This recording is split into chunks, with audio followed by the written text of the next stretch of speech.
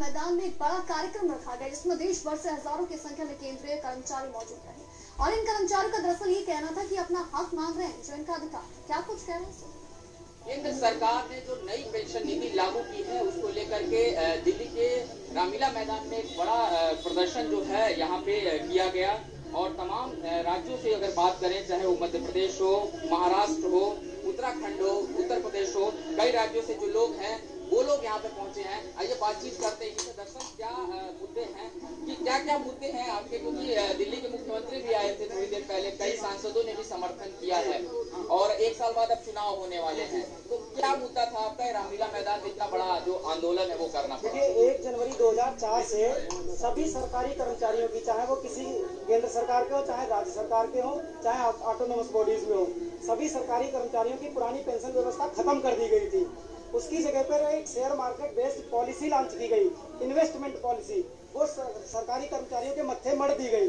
वो दरअसल बहुत शोषणकारी है। न केवल उसमें सरकार का पैसा और कर्मचारी दोनों का पैसा मिला करके प्राइवेट कंपनियों के पास चला जाता है। इससे पहले कोई बातचीत सरकार के साथ हुई है या ये सीधे आंदोलन का रास्ता आप लोगों ने? हम लोगों ने कई बार सरकार से वार्ता की है। माननीय गृह मंत्री श्री राजनाथ सिंह जी से भी इस मैटर पे मिलकर के आए थे।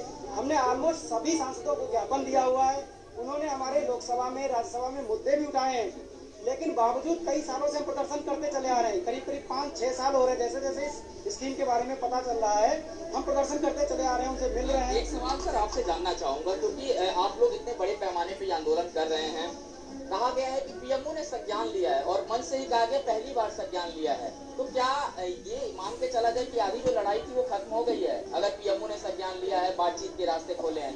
नहीं, हम ये नहीं कहेंगे लड़ाई खत्म हो गई। लड़ाई तो अभी शुरू हुई है और पीएमओ ने संज्ञान लिया है। ये तो पीएमओ बहुत सारी चीजों का संज्ञान लेता रहता है। जब तक मांग हमारी पूरी नहीं होती है, हमारी लड़ाई खत्म नहीं होगी।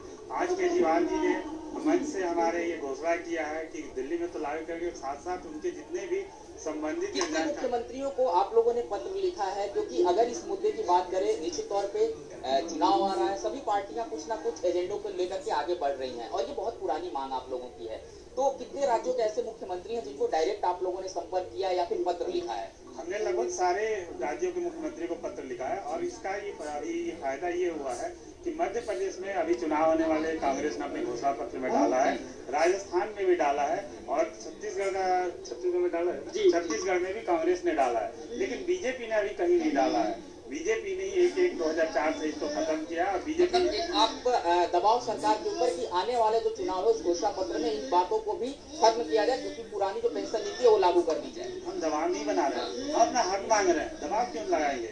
ये तो हमारा अधिकार है और हमें ये चाहिए।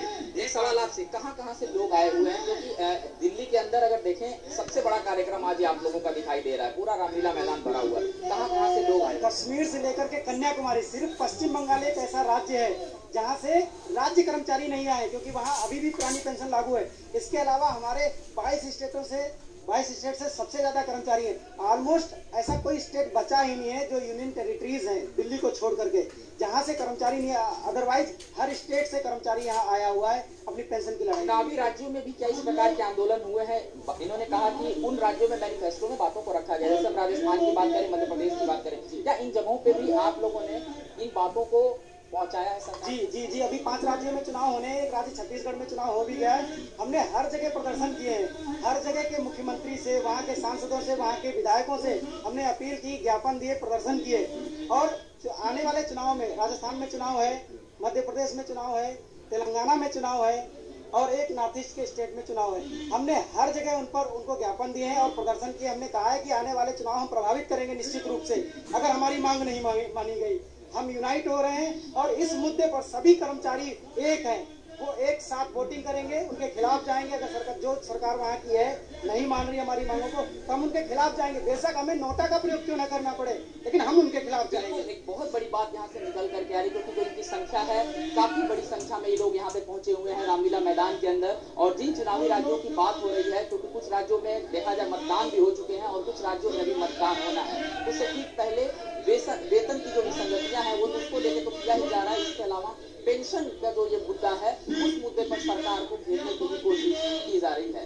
कैमरामैन योगेंद्र यादव के साथ गौरव मिश्रा,